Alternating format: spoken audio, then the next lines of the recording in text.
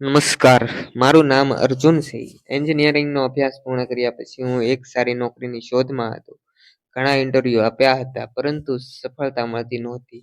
તેમ છતાં મેં ક્યારેય હિંમત હારી નહીં. મેં વિશ્વાસ હતું કે એક દિવસ મારી મહેનત જરૂર રંગ લાવશે. એક સવારે મને એક મોટી કંપનીમાંથી ઇન્ટરવ્યૂ માટે ફોન આવ્યો.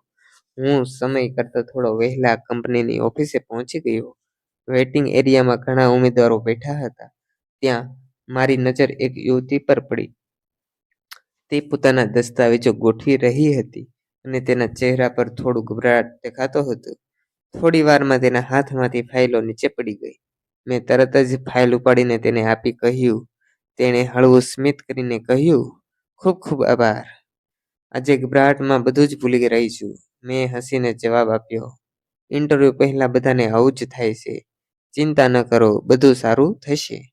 તેનું નામ નિશા હતું. થોડા સમયમાં અમારી સામાન્ય વાતચીત શરૂ થઈ. અમે બંનેએ એકબીજાના અભ્યાસ, સપનાઓ અને કારકિર્દી વિશે વાત કરી. મને તેની સાદગી અને આત્મવિશ્વાસ ખૂબ ગમ્યા. સંયોગ એવો રહ્યો કે અમારો ઇન્ટરવ્યૂ લગભગ એક જ સમયે પૂર્ણ થયો. બહાર નીકળતા અમે એકબીજાને શુભેચ્છા પાઠવી અને પોતપોતાના ઘેર ચાલ્યા ગયા. મને લાગ્યું કે કદાચ આ અમારી પહેલી અને છેલ્લી જ મુલાકાત હશે, પરંતુ એક અઠવાડિયા પછી કંપનીમાંથી પસંદગીનો ફોન આવ્યો. હું ખૂબ ખુશ થયો. નોકરીના પહેલા દિવસે ઓફિસ પર કામ પહોંચ્યો ત્યારે આશ્ચર્ય થયું, કારણ કે ત્યાં નિશા પણ નવી કર્મચારી તરીકે જોડાઈ હતી. અમે બંનેએ એકબીજાને જોઈને હસતા અભિવાદન કર્યું. હવે અમે રોજ સાથે કામ કરતા, ક્યારેક કોઈ પ્રોજેક્ટ પર સાથે ચર્ચા કરતા, તો ક્યારેક બપોરે કેન્ટીનમાં ચા પીતા. ધીમે ધીમે અમારી મિત્રતા ખૂબ જ મજબૂત બની ગઈ. નિશા ખૂબ જ મહેનતુ અને જવાબદાર હતી. ઓફિસમાં દરેક વ્યક્તિ સાથે તે આદરથી વાત કરતી. જ્યારે પણ કોઈ મુશ્કેલી આવતી ત્યારે તે ગભરાતી નહીં, પરંતુ શાંતિથી તેનો ઉકેલ શોધતી. તેનો આ સ્વભાવ મને ખૂબ જ પ્રભાવિત કરતો. એક દિવસ ઓફિસના મહત્વપૂર્ણ પ્રોજેક્ટમાં મને મુશ્કેલી આવી રહી હતી. સમય ખૂબ ઓછો હતો. નિશાએ પોતાનું કામ પૂર્ણ કર્યા પછી મને મદદ કરી. અમે મોડી રાત સુધી સાથે કામ કર્યું અને આખરે પ્રોજેક્ટ સફળતાપૂર્વક પૂર્ણ થયો. એ દિવસે મને સમજાયું કે નિશા માત્ર સારી સહકર્મચારી જ નહીં, પરંતુ ખૂબ જ સારી માણસ પણ છે. સમય પસાર થતો ગયો. હવે જો એક દિવસ પણ તેની સાથે વાત ન થાય તો આખો દિવસ અધૂરો લાગતો. મારા દિલમાં તેના માટે પ્રેમ જન્મ્યો, છતાં હું ઉતાવળ કરવા માંગતો નહોતો. એક સાંજે ઓફિસમાંથી છૂટ્યા પછી અમે નજીકના બગીચામાં બેઠા હતા. થોડા સમય પછી અમે શાંત રહ્યા. પછી મેં ધીમા અવાજે કહ્યું, નિશા, જ્યારે આપણે પહેલી વાર ઇન્ટરવ્યૂમાં મળ્યા હતા ત્યારે મને ખબર નહોતી કે એક દિવસ તું મારા જીવનનો સૌથી ખાસ ભાગ બની જઈશ. તારી મહેનત, સાદગી અને દરેક પ્રત્યે આદર મને ખૂબ ગમે છે. હું તને દિલથી પ્રેમ કરું છું. નિશા થોડા ક્ષણ માટે મૌન રહી. તેની આંખોમાં ખુશી હતી અને તેણે સ્મિત સાથે કહ્યું, અર્જુન,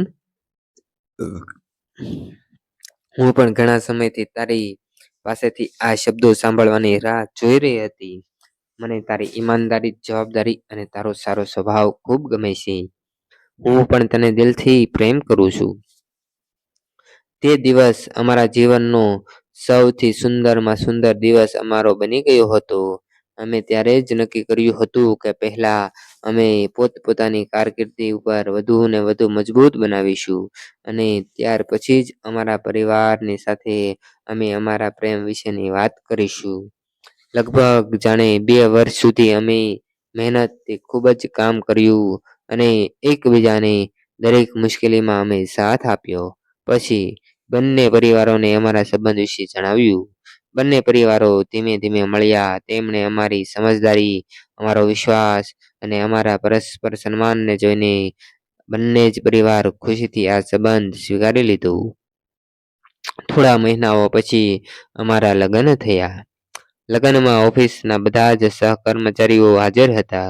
સૌ કોઈ કહેતા હતા કે એક સામાન્ય ઇન્ટરવ્યૂએ માત્ર 2 કલાક સાથે રહેલા લોકોએ નોકરી જ નહીં, પરંતુ જીવનભરનો સાથ પણ આપી દીધો છે. આજે પણ જ્યારે અમે નવી નોકરી માટે ઇન્ટરવ્યૂ આપતા યુવાનોને જોઈએ છીએ ત્યારે અમારી પહેલી મુલાકાત અમને યાદ જ આવી જાય છે. અમે હંમેશા એકબીજાને કહીએ છીએ કે જીવનમાં દરેક મુશ્કેલી આવે તો ક્યારેક સૌથી સુંદર ભેટો એવી જગ્યાએ થાય છે જ્યાં તેમની કલ્પના પણ ન કરી હોય.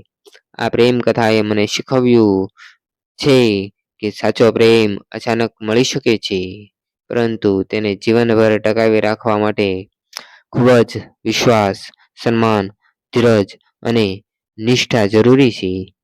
જ્યારે બે લોકો એકબીજાના સપનાઓ પોતાના સપનાઓ સમજી લે છે, ત્યારે તેનો સાથ આપે છે, ત્યારે તેમનો સંબંધ સમયની દરેક કસોટી કરતાં પણ વધારે ખરો ઉતરે છે. દોસ્તો, તમને અમારા વિડીયો ગમતા હોય તો તમે અમારી VM લવ સ્ટોરી 3 નામની ચેનલને લાઈક કરો, શેર કરો અને સબસ્ક્રાઈબ કરો. થેન્ક યુ દોસ્તો.